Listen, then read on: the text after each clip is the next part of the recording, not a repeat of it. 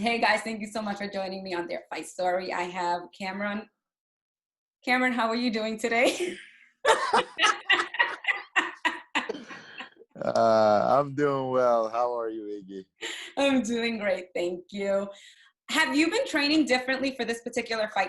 No, we had the same struggle with COVID and trying to find good training partners and trying to find a good place to train. And obviously, it's a crazy show with training with the mask in Massachusetts. You have to wear your mask while training. So, I mean, we made it. Hey, we made it through. Yeah. I'm here. Got 2 more days. Just gotta do the hardest part, cut weight. How are you doing with the cutting weight? It's good. Thank God I got a great team of my brothers, teammates pushing me through. We got one system set already. Been doing it for past 7, 8 years that I know my body so far. It reacts to very well, and so far we have no issues. We're looking sharp. How are you balancing life as a fighter and your personal life? You gotta ask that my wife. If you ask me, I'll be like, yeah, I'm balancing really good. But it's hard. It's definitely hard.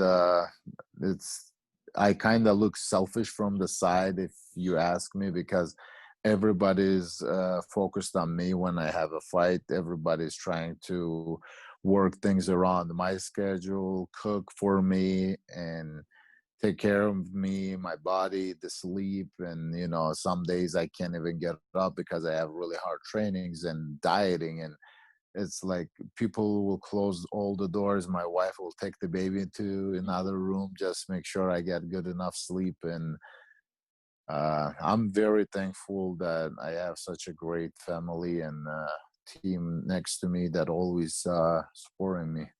So it's much better and easier when you have a big support like that from your family and from your team. Yeah, it's very important to have a great support system.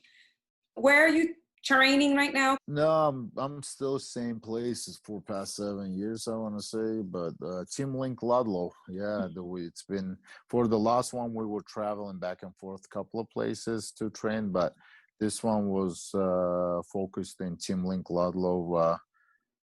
Thanks to Marco, he made great adjustments where he showed up on a holiday. Either he sent teammates on the holidays. He made it work around my clock and made it work best for the fight, because the fight starts a little later. So thank God I have such a great team and management that pushing me through and helping me through. You used to travel out of state and out of the country to train for your fights. This one was all local. I had a bunch of close friends and family coming and pushing me, and teammates. The guys made again around my clock. So some of them didn't work. Some of them had to, take a day off to just push me, help me, and get ready for the fight. I cannot be more grateful than to have such a great friends and family and teammates, obviously. What would you like people to know about you that they don't know already?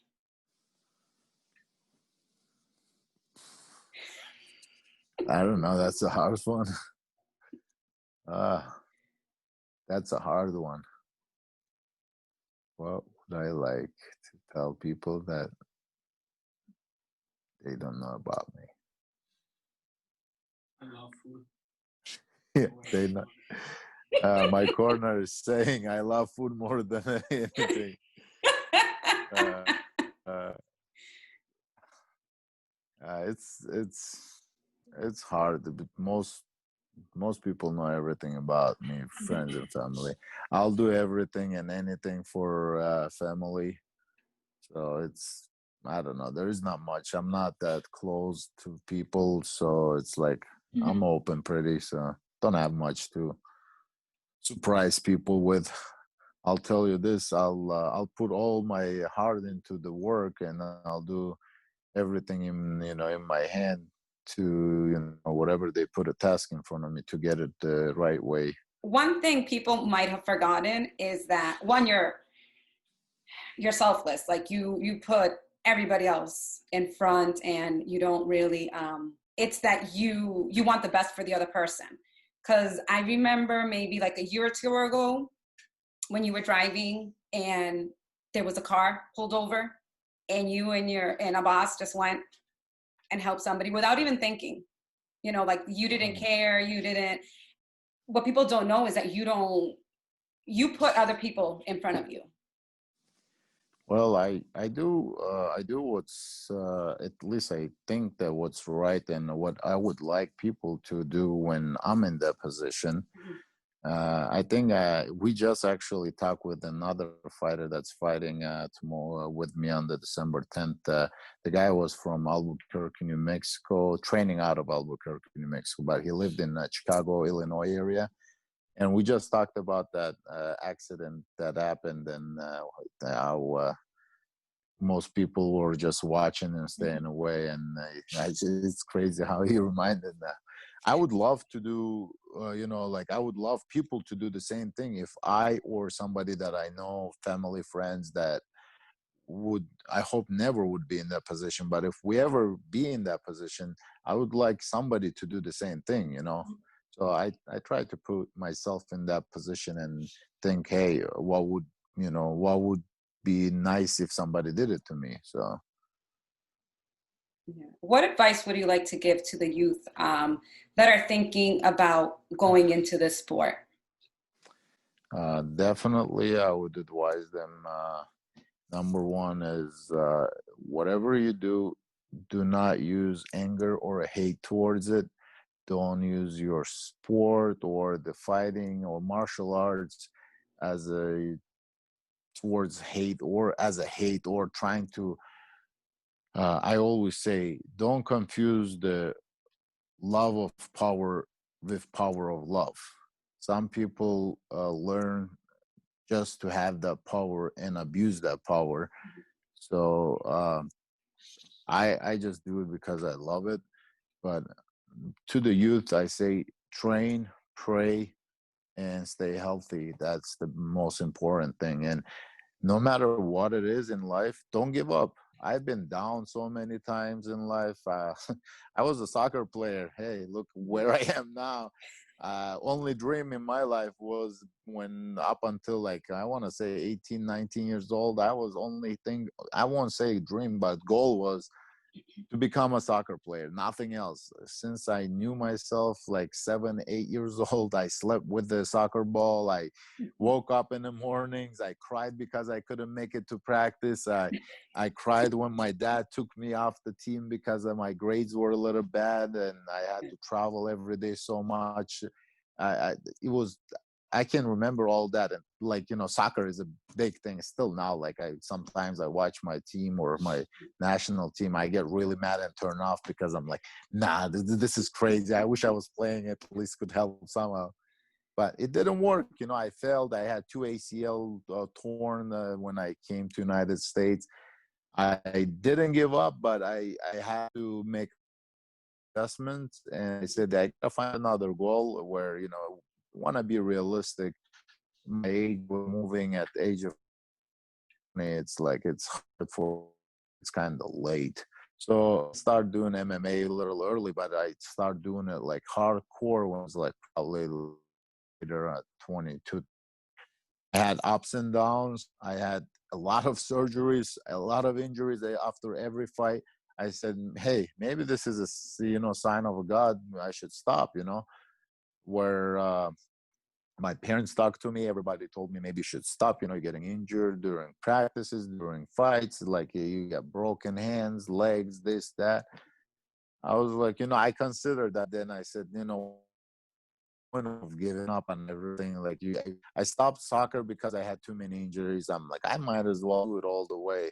I love doing it, so I stuck to jujitsu and wrestling more and less injuries. But then, all the injuries went away. I started more and you know, what, eight, nine.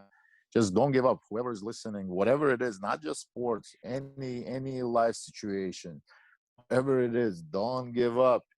You know, you might be 1 inch away from reaching the goal. So might as well. You came all the way here. You know, you made it so far. It, might as well just do it till the end. Now, what would you like to share, or not share, but what would you like to tell your fans that are going to be watching, since they can't really be there? You know how you always do your thing before the fights and after the fights. Everybody, whoever is watching, listening to this, I say, just pray for a clean, safe fight for me to win the fight. And most important, for me and for my opponent to come out of that cage without any injuries or harm to the body physically or mentally. I know it sounds a little weird, but hey, you know, it's a sport. It's a sport of MMA. I don't go in there to, you know, kill anyone or with an hate towards anyone. I look at it as a sport, just like you look at the soccer or other football, or it's a sport.